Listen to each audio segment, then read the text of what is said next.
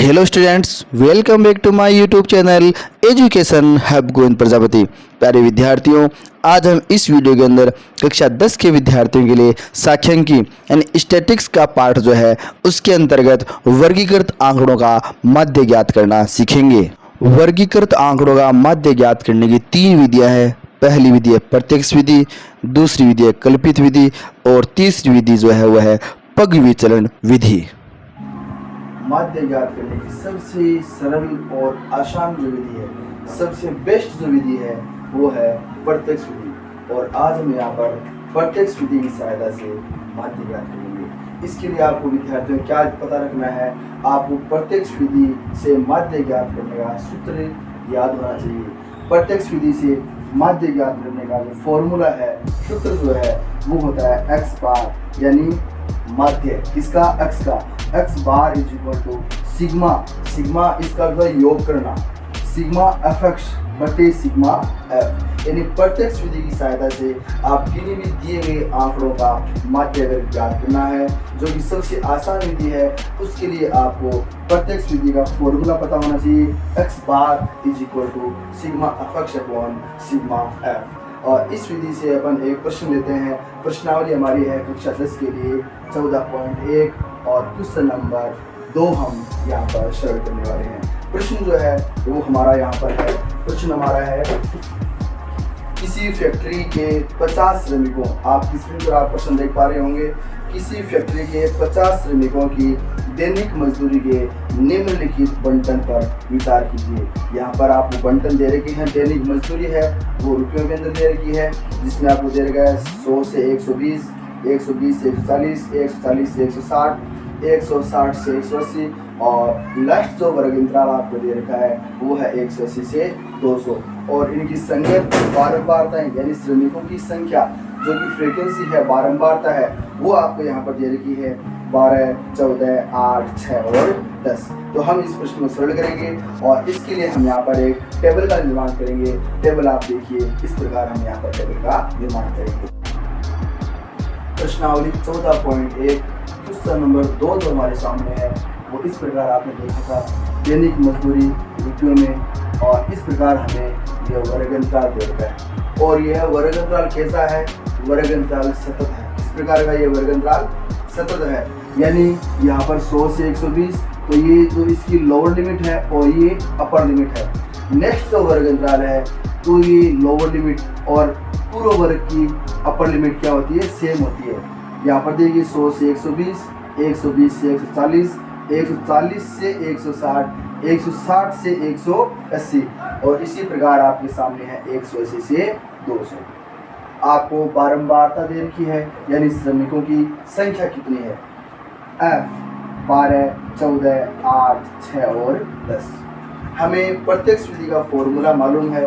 प्रत्यक्ष विधि का फॉर्मूला होता है x bar is equal to sigma f x upon sigma f. आप देखिए यहाँ पर हमारे सामने सिग्मा एफ यानी एफ का योग करना है, बारंबारता आपको क्या करना है, योग करना है। बारंबारता ही हमारे सामने है ये, तो आप क्या करो, इनको जोड़ लोगे।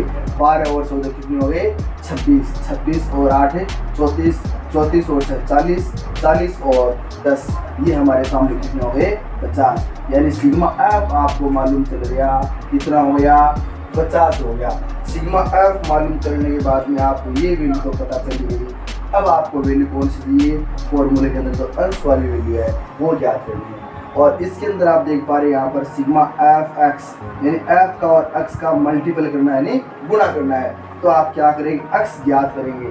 और एक्स ज्ञात कैसे करोगे, ये जो वर्ग अंतराल दे रखा है दैनिक मजदूरी, जो कि वर्ग अंतराल के रूप में है, आप इनका मिड पॉइंट यानी वर्ग चिन्ह जो है वो एक्स होता है वो ज्ञात करना है। और कैसे ज्ञात करते हैं, इनकी 2-3 मेथड हैं, उनमें से आप इन दोनों को जोड़ दीजिए, 100 और 120 दोनों को जोड़ दीजिए, कितने आएंगे, 220। और भाग किसका देना है, 2 का देना है, कितने आ गए, 110। और बेस्ट जो विधि है, ऐसे तो आप जोड़ते रहोगे, सबको जोड़ना पड़ेगा और फिर आपको 2 का भाग देना होगा। सबसे बेस्ट जो विधि है वो तरीका मैं आपको बता रहा हूँ। आपको इनमें देखिए अंतराल कितना है, वर्ग चौड़ाई डिफरेंस कितना है, 100 से 120 में कितने का डिफरेंस आ गया, 20 का। इसे यहाँ पर देखिए इनमें भी अंतर कितने का है, 20 का। सभी के अंदर आप देख पा रहे हो जो अंतर है वो कितने का हमारे सामने 20 का है। तो आप क्या करोगे, 20 में ही भाग दे दो 2 का, 20 में ही आप करोगे क्या, 2 का भाग दे देंगे। तो 20 में आप 2 का भाग देंगे, कितनी बार गया, 10 बार, यानी आपको जो रिजल्ट मिलता है वो 10 आता है। अब इस 10 का आपको क्या करना है, ये 10 जो है वो निम्न सीमा, जो वर्ग अंतराल है उनकी निम्न सीमा, उसमें जोड़ते रहें और संगत आपका x जो है वो आपको प्राप्त हो जाएगा। जैसे यहाँ पर 100 है, 100 के अंदर आप 10 जोड़ो, कितना हो गया, 110 हो गया। नेक्स्ट वर्ग अंतराल 120 है, लोअर लिमिट यानी निम्न सीमा, तो इसमें आप 10 जोड़ोगे, कितना हो गया आपके 130 आ गया। ऐसे अपन संगत वर्ग अंतराल जो है उनमें x तैयार करेंगे। 140 के अंदर 10 जोड़ेंगे, 150 आ गया। 160 में जोड़ेंगे तो कितना हो गया, 170 हो गया। और इसी प्रकार 180 में जोड़ देंगे, कितना हो गया हमारे सामने 190 जो वो x आ गया। आप देख पा रहे हो यहाँ पर जो वर्ग अंतराल है उसकी वर्ग चौड़ाई कितनी थी, 20 की थी। तो यहाँ पर आप देख पा रहे हैं इन सभी के अंदर जो अंतर है वो कितने का आ रहा है, 110 से 130 में कितने का अंतर आ रहा है, 20 का। 130 से 150 में भी कितने का डिफरेंस आ रहा है, 20 का। यानी सभी के अंदर 20-20 का क्या होगा, अंतर होगा। यानी आपका यहाँ तक जो आपने कार्य किया है, सारणी तैयार की है, वो बिल्कुल सही है। अब आपको क्या करना है, आप फॉर्मूले के अंदर देख पा रहे हैं, आपको f को x से गुणा करना है। f आपको मालूम है आपकी फ्रीक्वेंसी है, x आपने क्या कर लिया। अब आप क्या करेंगे, f को x से गुणा करना है, यानी मल्टीपल करेंगे। तो आप एक वॉल्यूम और तैयार कर लीजिए, fx, यानी आपको यहाँ पर गुणा करना है। आप गुणा करें किसको, यहाँ इस बॉक्स के अंदर क्या लिखोगे, 12 को 110 से गुणा करके लिखना है। 12 को आप 110 से गुणा करोगे तो कितना आ गया आपके सामने, 1320। कितना आ गया आपके सामने, 1320। इसी प्रकार आप 14 को गुणा करोगे, 130 से 14 को आप 130 से गुणा करते हो तो आपकी वैल्यू आती है 1820। कितने आ गई, 1820। नेक्स्ट जो आप कॉलम लोगे उसके अंदर 8 को 150 से गुणा करोगे तो आप क्या आ गया, 1200।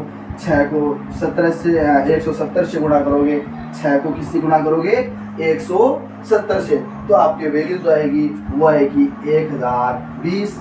और लास्ट जो आपका वर्ग अंतराल बचा है उसमें आप 10 को गुणा किससे कर दोगे, 190 से, तो आप क्या आ गया, 1900। इस प्रकार आपने क्या तैयार कर लिया, fx का जो कॉलम है वो तैयार कर लिया। अब आपके पास फॉर्मूला है, उसमें देखिए सिग्मा लेना है, किसका लेना है, fx का सिग्मा लेना है। तो fx का सिग्मा लोगे, यानी जो fx आपने ज्ञात किया है उसका योग करना है, और उनका योग करोगे, यानी ये जो सभी जो वैल्यूज आपने प्राप्त की है इनका अगर आप योग करोगे तो वो आएगा 7260। वैल्यू कितने है आपके सामने, 7260। ये वैल्यू आपको यहाँ पर प्राप्त हो गई। अब हमें दोनों वैल्यू मालूम चल गई। फॉर्मूले के अंदर आपको चाहिए सिग्मा fx, आपने ज्ञात कर ली, सिग्मा f वो भी आपको मालूम है। तो आप क्या करोगे, ये दोनों वैल्यू इस सूत्र के अंदर जो प्रत्यक्ष विधि का बहुत ही आसान फॉर्मूला है उसके अंदर आप वैल्यू पुट कर दोगे। तो हम यहाँ पर सिग्मा fx की जगह लिख रहे हैं 7260 बटे सिग्मा f की जगह लिख रहे हैं कितने, वैल्यू जो हमारे पास में है 50। 0 से 0 कट जाएगा तो हमारे पास वैल्यू आएगी 726 बटे 5। और आप इसमें भाग दे करके सरल करोगे, डिवाइडेशन करोगे तो आपको जो वैल्यू प्राप्त होती है वो होती है 145.2 रुपये। यानी आपका जो ये दिया गया आंकड़ा जो है, बारंबारता बंटन जो है, उनका माध्य क्या होगा, 145.2 रुपये। ये जो रिजल्ट आपका आएगा, ये जो आंसर आप देख पा रहे हैं 145.2, वो इन आंकड़ों के मध्य में होगा। यानी जो प्रथम वर्ग अंतराल है, प्रथम वर्ग अंतराल की निम्न सीमा, इससे ये मान हमेशा आपको बड़ा मिलेगा।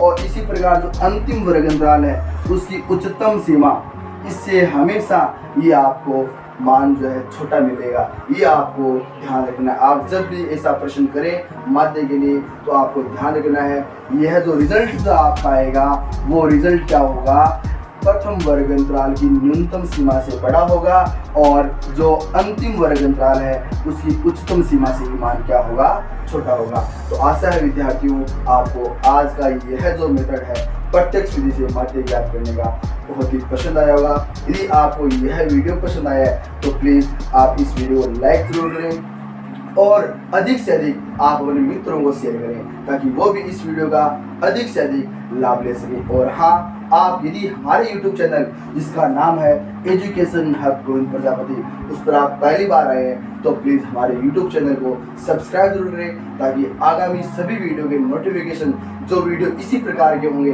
आपकी शिक्षा से संबंधित होंगे, पाठ्यक्रम से संबंधित होंगे, उनके नोटिफिकेशन आपको तुरंत प्राप्त हो और आप उनका अधिकतम लाभ ले सकें। नेक्स्ट वीडियो के अंदर मैं आपके साथ फिर हाजिर होऊंगा। तब तक के लिए धन्यवाद।